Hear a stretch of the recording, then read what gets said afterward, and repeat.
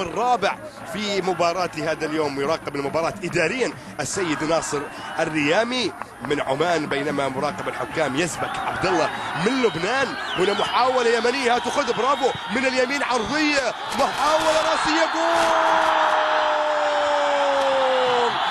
هدف يمني.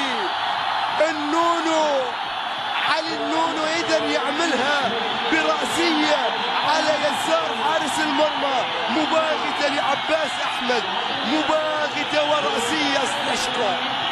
اللي يتابع الآن يتابع المدير الفني ستريشكو الكرواتي من خلال عرضية كانت رائعة من خالد العيد، لعب له كرة بكرة عرضية ورأسية بالمرمى. شوف الكرة، شوف الحكاية من اليمين، خالد العيد، رأسية النونو. يا سلام يا سلام يا نونو، عملها في مرمى المنتخب البحريني، واليمن تتقدم بهدف دون رد للمنتخب البحريني.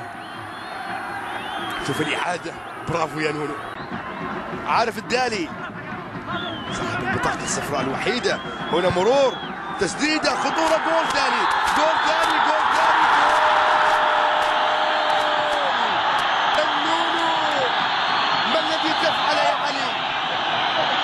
ما الذي تفعل يا علي في مرمى المنتخب البحريني؟ هدف ثاني. تلاعب وتراقص بحارس المرمى، تلاعب كثيرا ولعبنا كرة رائعة للمرمى. علي النونو يسجد شكرا لله في ملعب اللقاء. إذا علي النونو، إذا شوف الكرة، شوف الاستلام، شوف واحدة واثنين، الحارس ارتاح. يا سلام يا سلام يا لمساتك يا نونو، يا سلام على لمساتك. شوف لاعب يملك الكثير على مستوى اللعب، على مستوى الاخلاق العاليه حقيقه على النونو. وهنا 16 فريق هم العقد اللي سيتواجدون في قطر. هنا هدف ثالث للمنتخب اليمني، هدف ثالث. اللاعب البديل محمد عبد الله العبيدي، محمد العبيدي ياتي بالثالث من خلال عرضيه قويه مرت في مرمى المنتخب البحريني. المنتخب اليمني إذن يفعلها وبالثلاث، يعملها وبالثلاث في مرمى المنتخب البحريني في مباراة.